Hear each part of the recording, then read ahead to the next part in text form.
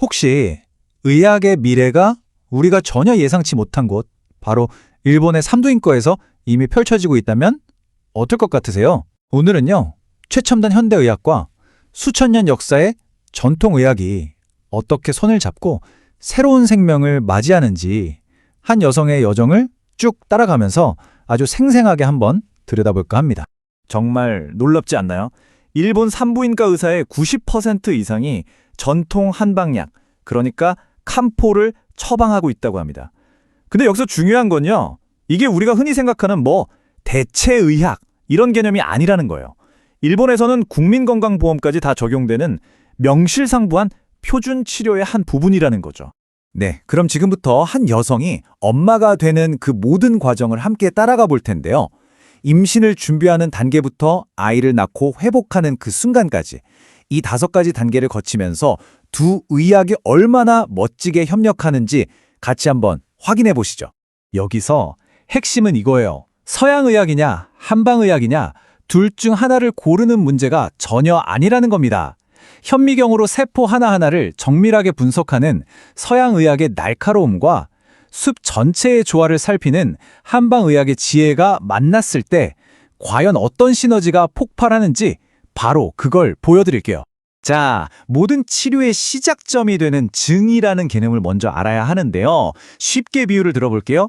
좋은 씨앗을 심기 전에 밭의 토양부터 비옥하게 만드는 거라고 생각하시면 돼요. 서양의학이 병이라는 잡초를 뽑아내는 데 집중한다면 한방은 애초에 잡초가 잘 자라지 못하는 건강한 땅 자체를 만드는 데 더 관심이 있는 거죠. 바로 이 관점의 차이가 모든 걸 결정합니다. 자, 그럼 이제 본격적인 여정의 첫 걸음을 떼볼까요? 간절하게 아이를 기다리는 부부들이 마주하는 첫 번째 관문이죠. 바로 난임 치료 과정에서 한방의학이 어떤 놀라운 역할을 하는지 한번 살펴보겠습니다.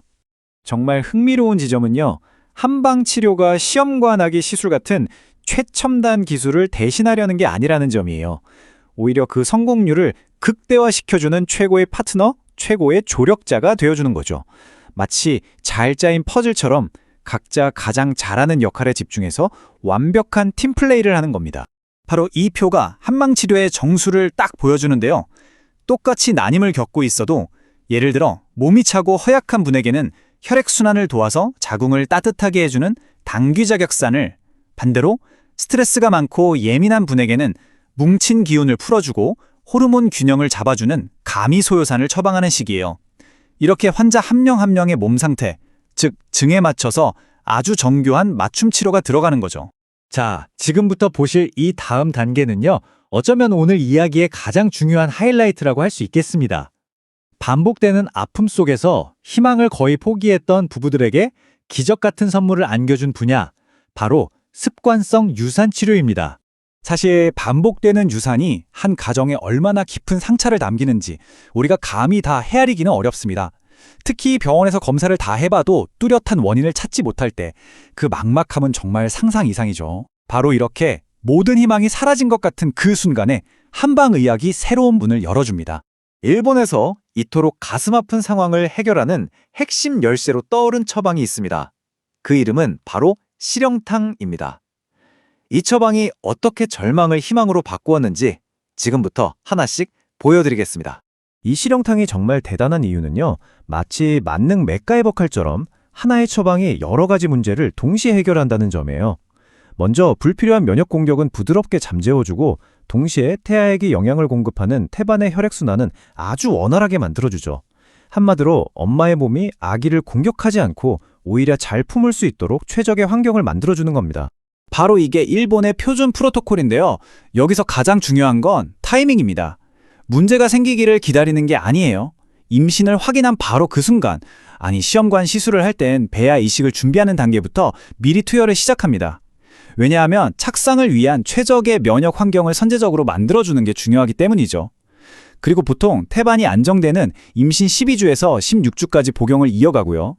하지만 과거에 유산 경험이 있거나 항체 수치가 높은 고위험군 산모의 경우에는요, 임신 28주, 심지어는 분만 직전까지 저용량 아스피린 같은 약과 함께 투여를 계속하면서 아기를 끝까지 안전하게 지켜냅니다. 그리고 그 결과가 바로 이 숫자입니다. 80에서 90%, 실형탄과 저용량 아스피린 같은 표준 치료를 함께 했을 때 마침내 아이를 건강하게 품에 안을 수 있었던 비율입니다. 이건 그냥 숫자가 아니죠. 수많은 가정에 찾아온 기적의 증거라고 할 수 있습니다. 자, 이렇게 어렵게 지켜낸 소중한 생명. 이제 임신 기간 내내 엄마와 아기 모두를 안전하게 지켜야겠죠? 이 중요한 여정에서 한방의학은 또 어떤 든든한 지원군을 되어줄까요? 임신 중에 약 먹어도 괜찮을까? 이건 모든 예비 엄마들의 가장 큰 고민일 겁니다. 특히 한약에 대해서는 막연한 불안감을 가진 분들도 계실 거고요. 그런데 일본에서는 무려 2만 명이 넘는 임산부를 대상으로 한 대규모 연구를 통해서 안전성을 확실하게 입증했습니다. 덕분에 입덧이나 감기처럼 정말 힘들지만 흔한 증상들을 더 이상 꾹꾹 참지 않고 안전하고 효과적인 도움을 받을 수 있게 된 거죠. 그리고 한방치료는 단순히 불편한 증상을 없애주는 데서 그치지 않고요. 뱃속 아기의 성장을 직접적으로 돕기도 합니다. 예를 들어서 태아가 주수에 비해 좀 작게 자라는 경우에 특정 한약이 태아 성장에 아주 중요한 역할을 하는 핵심 유전자를 활성화시킨다는 게 과학적으로 밝혀졌어요. 결국 엄마의 몸을 건강하게 만드는 것이 곧 태아에게 최고의 환경을 선물하는 것임을 보여주는 거죠. 10달간의 길고 긴 여정 끝에 드디어 만나는 감격의 순간. 하지만 이걸로 끝이 아니죠. 엄마의 몸이 예전처럼 회복되고 또 새로운 가족의 삶이 안정적으로 시작되는 아주 중요한 시기, 바로 산후조리 기간에도 이 통합적인 관리는 멈추지 않습니다. 여기서 가장 중요한 건 엄마를 몸과 마음이 따로 떨어진 존재가 아니라 하나로 연결된 온전한 인격체로 바라본다는 점입니다. 자궁수축이나 모유수유 같은 신체적인 회복을 돕는 건 기본이고요. 많은 산모들이 겪는 산후 우울감 같은 정서적인 어려움까지 아주 세심하게 돌보면서 엄마의 완전한 회복을 돕는 거죠. 자, 지금까지 우리가 함께 따라온 여정을 하나의 큰 그림으로 그려보면 어떨까요? 임신을 준비하던 그 순간부터 10달간의 소중한 시간, 감격적인 출산, 그리고 엄마로서 새로운 삶을 시작하는 산후회복까지 이 모든 과정이 결코 끊어지지 않고 하나로 쭉 이어지는 완전한 돌봄의 순환고리를 만들어내는 걸 볼 수 있습니다. 그렇다면 오늘 이야기에서 우리가 꼭 기억해야 할 핵심 메시지는 뭘까요? 바로 이겁니다. 첨단 기술이라는 강력한 엔진과 몸 전체의 균형을 맞추는 지혜라는 조향장치가 만났을 때 우리가 이전에는 상상하지 못했던 놀라운 결과가 만들어진다는 사실입니다. 마지막으로 이 질문을 한번 던져보면서 마무리할까 합니다. 환자 한 사람 한 사람의 몸과 마음에 집중하고 함께 돌보는 일본의 이 독특한 의료 시스템이 어쩌면 전 세계 수많은 난임 부부들에게 새로운 희망의 모델이 될 수 있지 않을까요? 여러분의 생각은 어떠신가요?